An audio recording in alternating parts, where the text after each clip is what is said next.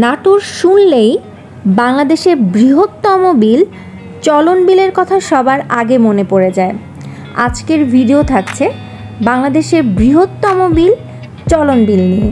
এর বৃহত্তম অংশই পড়েছে নাটোর জেলায়।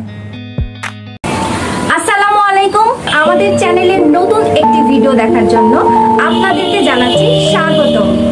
আজকে আমরা যাব নাটোরের চলন বিলে, তো আমাদের সাথেই থাকুন। চলন বিলে যাবার জন্য আমাদের যাত্রাটি শুরু হয়েছিল আমার বাবার বাসা থেকে।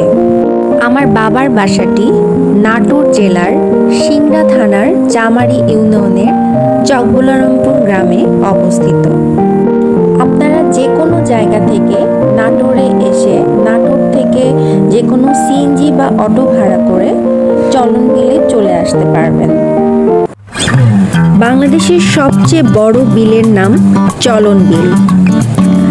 রাজশাহী বিভাগের 4টি জেলা, 8টি উপজেলা, 60টি ইউনিয়ন, 15টি গ্রাম এবং 14টি নদী নিয়ে এর বিস্তৃতি। এছাড়া রয়েছে ছোট বড় অনেক জলাশয়। নাটোর, সিরাজগঞ্জ ও পাবনা জেলার বিস্তৃত অংশ জুড়ে যে জলাভূমি বর্ষা এবং বর্ষা পরবর্তী সময়ে, সেটাই আসলে বিখ্যাত চলন বিল। জুলাই থেকে অক্টোবর পর্যন্ত চলন বিল ভ্রমণের উপযুক্ত সময়। আসলে চলন বিল অনেকগুলো ছোট ছোট বিলের সমষ্টি। বর্ষায় এই বিলগুলোতে জলপ্রবাহ বেড়ে যায়। এই মুহূর্তে আমি আছি চলন বিলে, তবে দুঃখের বিষয় হচ্ছে আপনাদেরকে এটা আমি এখন দেখাতে পারছি না, কারণ এই মৌসুমে চলন বিল শুকনো থাকার কারণে পানিটা এখনো পরিপূর্ণভাবে আসেনি। চলন বিলে আসার উপযুক্ত সময় হচ্ছে জুলাই থেকে অক্টোবর মাস। ওই মৌসুমে চলন বিলে থাকে উপচে পড়া পানি এবং ঢেউ।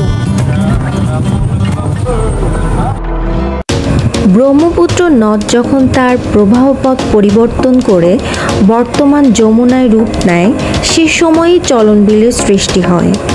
তখন এর আয়তন ছিল 1088 বর্গ কিলোমিটার, কিন্তু বর্তমানে এর আয়তন কমে এসেছে। আর চলন বিল অনেকগুলো ছোট ছোট বিলের সমষ্টি।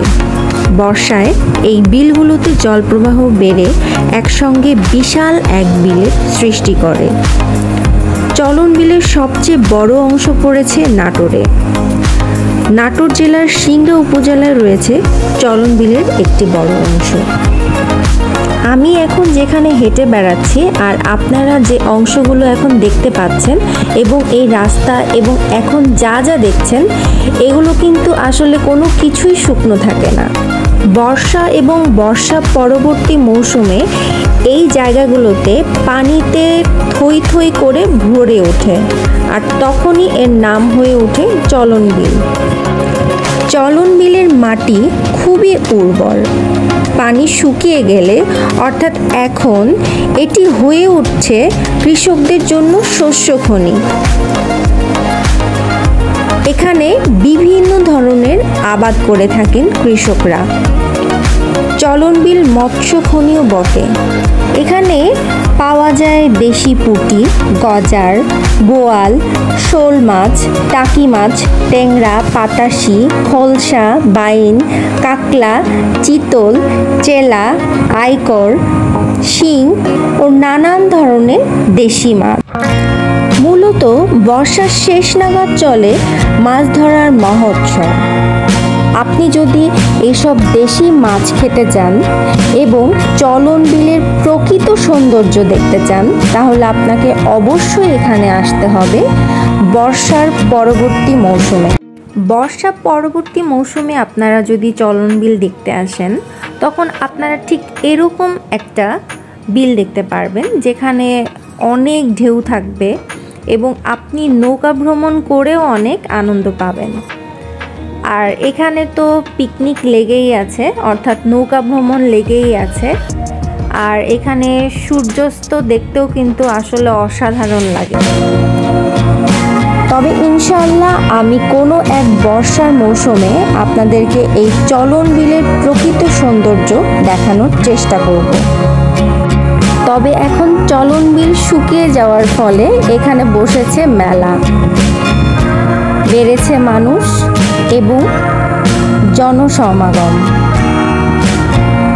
তাই অনেকটা মন খারাপ নিয়েই আমরাও এই মেলাতে অংশ নিলাম, কারণ আমরা এসেছিলাম আসলে চলন বিলের পানিতে এর প্রকৃত সৌন্দর্য দেখতে এবং নৌকা ভ্রমণ উপভোগ করতে। কিন্তু বিন্দু মাত্র পানি না থাকার কারণে আমাদের মন ভীষণই খারাপ ছিল। তবে কি আর করা যাবে, আপনারা যা যা অংশ দেখতে পাচ্ছেন এর প্রত্যেকটা অংশ কিন্তু কানায় কানায় পানিতে পূর্ণ থাকার কথা ছিল, কিন্তু বৃষ্টি না হওয়ায় কোনো পানির লেশমাত্র নেই। তবে কি আর করা যাবে, এই জনসমাগমে আমরাও সামিল হলাম। আমরাও এখানে কিছুক্ষণ থেকে সবাই মজা করে নিজেদের মতো ছবি তুলছিলাম। আর চলন বিল থেকে এবার বিদায় নিচ্ছি। আগামীতে ইনশাআল্লাহ আপনাদের খুব সুন্দরভাবে বিল ঘুরে দেখাবো। সে পর্যন্ত সবাই ভালো থাকবেন, সুস্থ থাকবেন, আর আমাদের চ্যানেলটি সাবস্ক্রাইব করে পাশে থাকবেন, যাতে আমরা কোনো ভিডিও আপলোড করলে আপনার কাছে নোটিফিকেশন চলে যায়। তো আজকের মতো এখানেই বিদায় নিচ্ছি। সবাই ভালো থাকবেন। আল্লাহ হাফেজ।